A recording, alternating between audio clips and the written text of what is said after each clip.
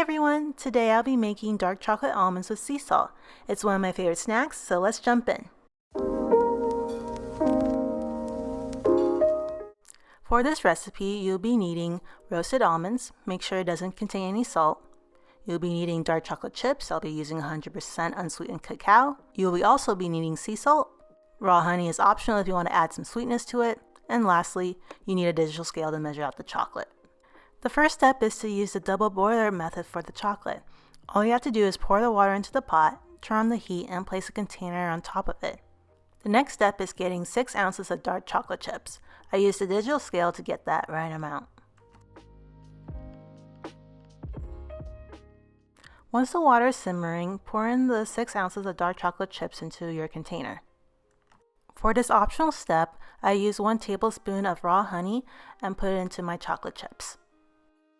The double boiler method, in my opinion, is a better method to melt your chocolate than the microwave.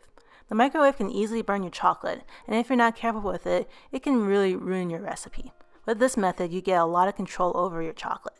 Make sure all the chocolate and honey are melted. It should look something like this.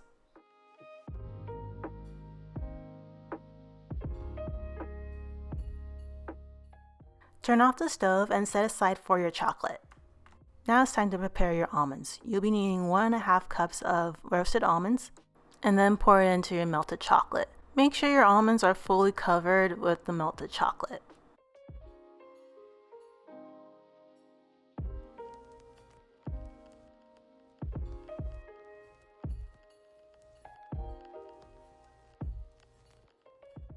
After that, prepare your baking sheet with parchment paper. Scoop out your dark chocolate almonds and place them on top of the sheet.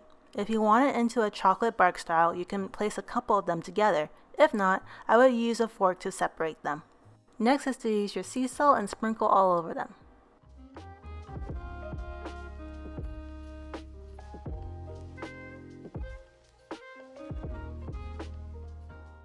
This is totally optional, but I like to use melted honey and drizzle all over the dark chocolate almonds. After that, you could place it in the fridge or freezer and leave it there for at least 4 hours, and it should look something like this. If you're doing the chocolate bark method, break them into smaller bits. If not, you can individually take them out. Place everything in the bowl, and there you have it. The recipe is super delicious, and it's worthwhile making it instead of buying it from the store. Thank you so much for joining me today. Please give this a like and subscribe. Let me know in the comments down below if there's a recipe I should try next. Have an awesome day, everyone. Bye.